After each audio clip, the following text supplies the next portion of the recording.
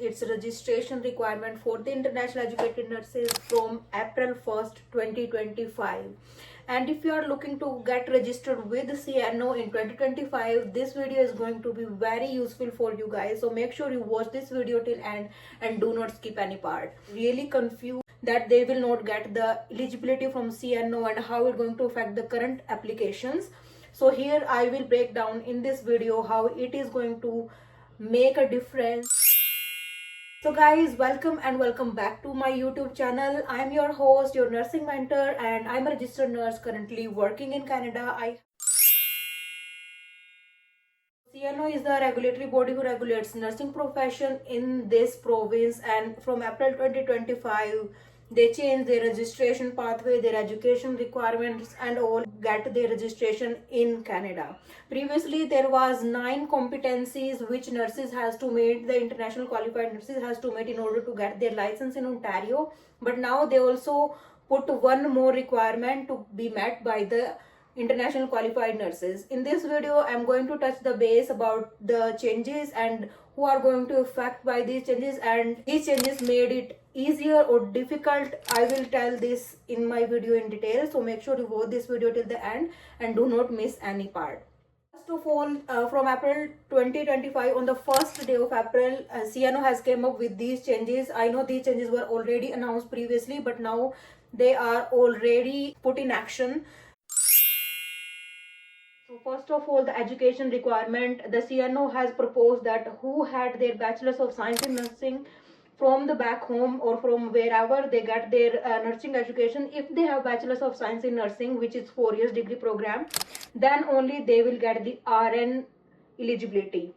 Previously what was there, if somebody get the equivalent report from NNAS or from other country, for example, many students were going through the New York Board of Nursing who had their GNM diploma in nursing from India to the New York Board of Nursing for the NCLEX RN exam. They passed the NCLEX and they transferred their license to CNO. That's how they got their education requirement met and also the licensure examination met. But now CNO has made it very clear for the nurses who want to get their license in Ontario. Only those nurses will get their registration or education qualification met who already have their Bachelor's of Science in Nursing.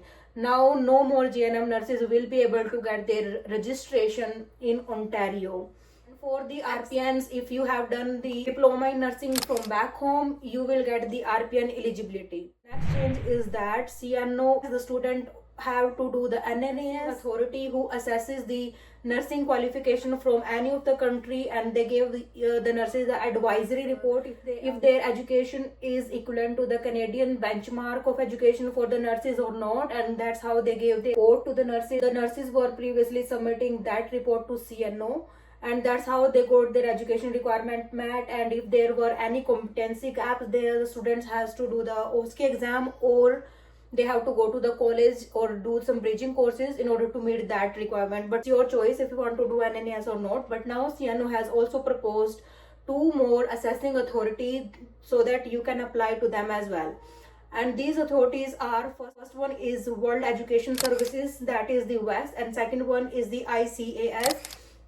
So guys, let me tell you, if you have done Bachelor's of Science in Nursing, you can apply to NNAS or World Education Services, then only you can get your education assessed. But if you have your diploma in nursing from India, then you can only apply for the ICAS in order to get your advisory report. These are the basic changes which are already in effect from April 1st, 2025. In addition to the previously 9 competency benchmarks on the CNO portal, now this one is the 10th benchmark which CNO has added, is the transition to practice, which is very easy to meet. What you have to do for this requirement, you simply have to take one of the courses that are offered by some of the colleges in Ontario or in GTO, I would say. I think George Brown College already have that, and Conestoga College. For the CNO candidates, you can apply, and every batch is going to start every week. I think in every 7 days there is another batch is going to start. I mean,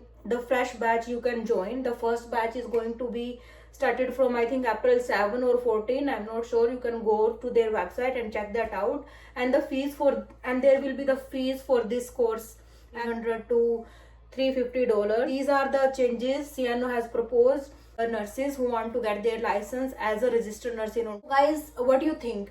Do you think these changes made it easier or harder for the registered nurses who want to get their license in Ontario?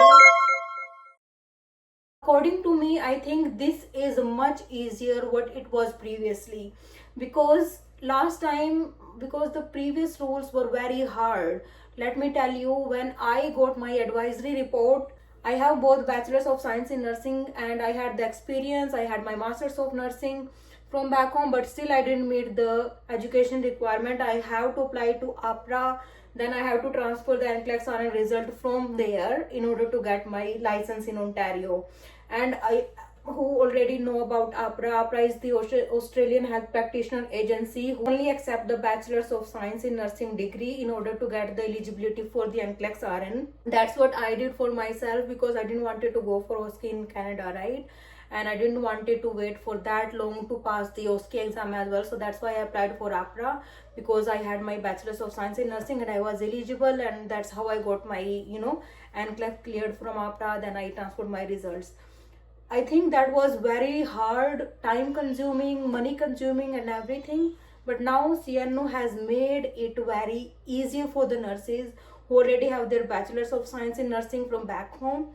They can easily get their report from WES. I think WES is not that much expensive as compared to NNAS. Kudos to those nurses who were waiting for these changes, and yeah, I would say take that chance and apply to WES or the ICS, whichever applies to your qualification, and get your advisory report or get your skill assessed from that and apply to CNO. You will be able to get the nursing education requirement met. If you have Bachelor's of Science in Nursing, you can get your eligibility for the NCLEX RN.